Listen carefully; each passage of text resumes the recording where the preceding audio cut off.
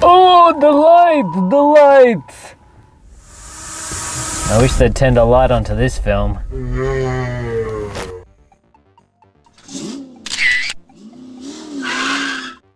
G'day, it's Adam here again with another quick instant movie review for you. So, last night I caught Dracula, The Last Voyage of the Demeter.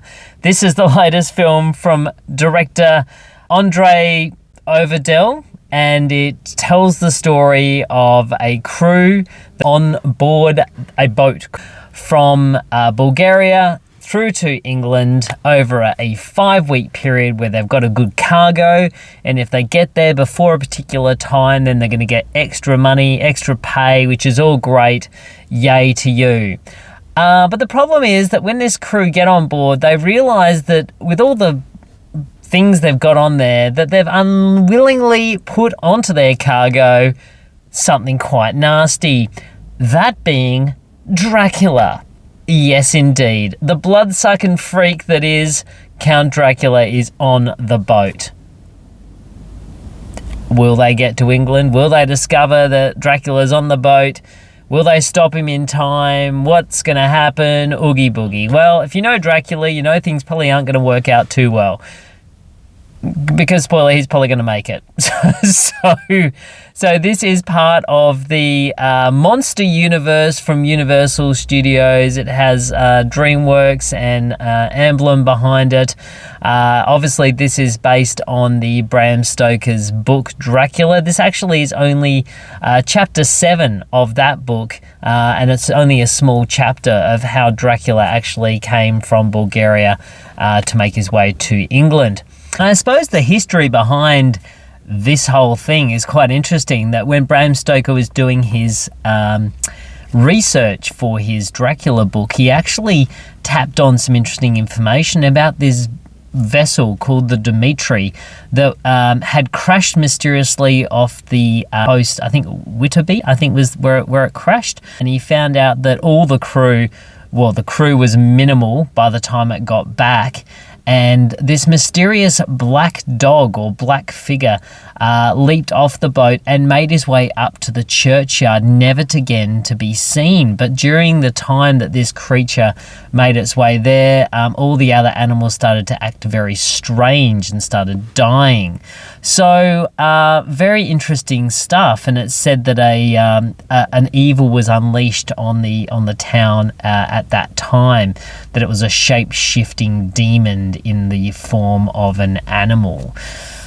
Interesting. So Bram Stoker went, yep, I'll borrow that, thanks very much, and I'll put it into something a little bit more juicy and exciting.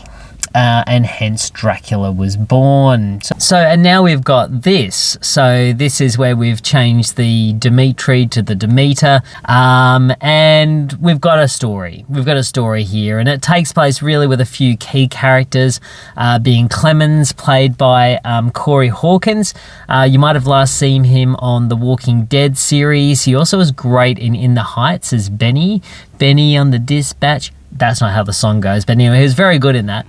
And we've also got Liam Cunningham as well, who we probably last saw in Game of Thrones. He's quite well known for being in that particular series. David Dastmalchian. He's quite a key part in this movie as well. Aisling Francescus, I think her name is. And she was last seen in the great Jennifer Knight film called The Nightingale, which was kind of her follow-up to The Babadook. And she was very, very, very impactful in that film. And she's good in this as a character that I won't say too much about. So we've got all these characters on there. We know that basically that Dracula's on the boat, and what's going to happen? Well, I'm pretty sure you could guess what's going to happen and who's going to survive and who's going to die. I mean, you can pretty much tell it from the trailer. There's not a lot really to say about this film, except that it wants to be moody. The big thing about this film is it is too clean. Everything is too polished. Everything is too safe. At no stage at all did I feel a sense of dread, a sense of being afraid, a sense of caring really for anyone, and a sense of feeling like it's not going to go well at all. And I could pretty much tell you who is going to survive before the film has even started. And that's the film that we're kind of in. It's too neat, it's too clean. This is the problem, I think. And this is where Universal, and if they're really going to hit this monster franchise, where they really need to dig in deep and do something quite impactful, because this film is definitely not ticking it for me. And this film's had many titles.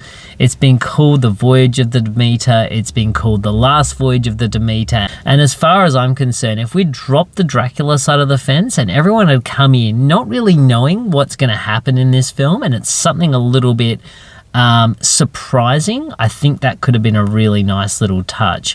But for some reason, we need to get Dracula on top of this, and we need to be able to say that it's a Dracula film. I kind of wish that we hadn't said that, because it lends itself nicely to allowing us to discover things about the film rather than discovering them before we even walk into the cinema. That, to me, would have been a better way to go with this film. It's too clean, too neat. Yes, there is blood kills in here, but for me, they're not gory enough. It sounds terrible to say that, but they're not enough to make this film stand out from the crowd. I walked out of Dracula, The Last Voyage of the Demeter, and within about 5 minutes, I'd actually forgotten the film that I'd watched, because it was that forgettable. Everyone does a fine job,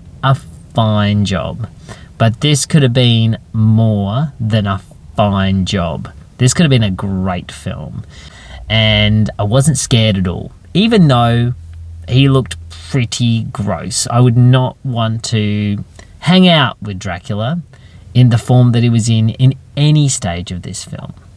So, for me, Dracula, The Last Voyage of the Demeter, I think that's what we're going to go with, gets a 5 out of 10. It was very forgettable. What do we even talk? I don't even know what we're talking about. Anyway.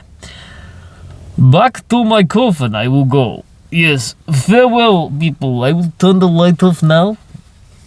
And have a good night. Okay. I am going to go invite some people. More entertaining.